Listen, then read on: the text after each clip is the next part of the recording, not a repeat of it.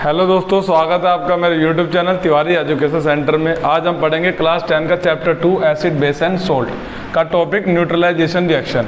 देखो, एसिड और बेस कभी भी रिएक्शन करता है तो सोल्ट एंड वाटर फॉर्म होती है, ठीक है। हिंदी में अम्ल एवं क्षारक परस्पर अभिक्रिया करके लवण एवं जल का निर्माण करते हैं। जिस अभिक्रिया को उदासीनीकरण अभिक्रिया कहते हैं। ये हमने छोटी क्लास में ही पढ़ा हुआ है, 7th या 8th में है ये टॉपिक, ठीक है।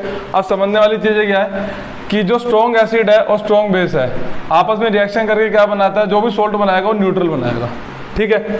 हाँ, अगर स्ट्रॉन्ग एसिड है वीक बेस है तो जो स्ट्रॉन्ग होगा सोल्ट उसी के ही नेचर का होगा, ये बात ध्यान रखना। हिंदी में जो प्रबल होगा, अगर अम्ल प्रबल है तो अम्लीय प्रवृत्ति का लवण बनेगा, अगर क्षारक प्रबल है तो क्षारीय प्रवृत्ति का लवण बनेगा, ध्यान रखना। और अगर दोनों ही स्ट्रॉन्ग है तो न्यूट्रल, और अगर दोनों ही वीक है तो भी न्यूट्रल ही रहेगा वो, ठीक है। बात समझ में आ गई। अब अगला टॉपिक है कि क्या होता है जब मेटल ऑक्साइड एसिड के साथ रिएक्शन करता है। ध्यान रखना, जब मेटल ऑक्साइड एसिड के साथ रिएक्शन करता है तो सोल्ट एंड वाटर बनाता है। हिंदी में जब धात्विक ऑक्साइड अम्ल के साथ अभिक्रिया करते हैं तो लवण एवं जल का निर्माण करती है।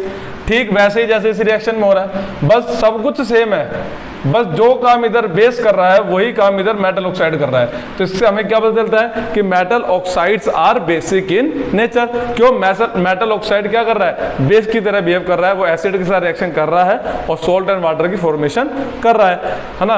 तो याद रखना, धात्विक ऑक्साइड क्षारीय प्रवृत्ति का होता है। क्यों क्षारीय प्रवृत्ति का होता है? क्योंकि वह अम्ल के साथ अभिक्रिया करके लवण एवं जल का निर्माण करता है। इसी का ही ठीक उल्टा जो नॉन मेटल ऑक्साइड है वो बेस के साथ रिएक्शन करता है और सोल्ट और वाटर बनाता है। हिंदी में अधात्विक ऑक्साइड क्षारक के साथ अभिक्रिया करके लवण एवं जल का निर्माण करता है। तो जो काम इधर एसिड कर रहा था वही काम इधर कौन कर रहा है, नॉन मेटल ऑक्साइड। जो काम इधर अम्ल कर रहा था वही कार्य यहाँ पे कौन कर रहा है, अधात्विक ऑक्साइड। तो नॉन मेटल ऑक्साइड किस नेचर का हो गया, एसिडिक नेचर का। तो अधात्विक ऑक्साइड किस प्रवृत्ति का हो गया, अम्लीय प्रवृत्ति का हो गया, ठीक है। यहाँ तक तो आपकी जितनी भी केमिकल प्रॉपर्टीज थी वो क्या हो गई, खत्म हो गई, ठीक। अगली क्लास में पढ़ेंगे कि एसिड और बेस में कॉमन क्या है, मतलब वो अलग चीज हो जाएगी। केमिकल प्रॉपर्टीज यहाँ पर हो गई हैं खत्म, ठीक है। और इससे पहले मैंने शायद 2 वीडियो डाली है केमिकल प्रॉपर्टीज की।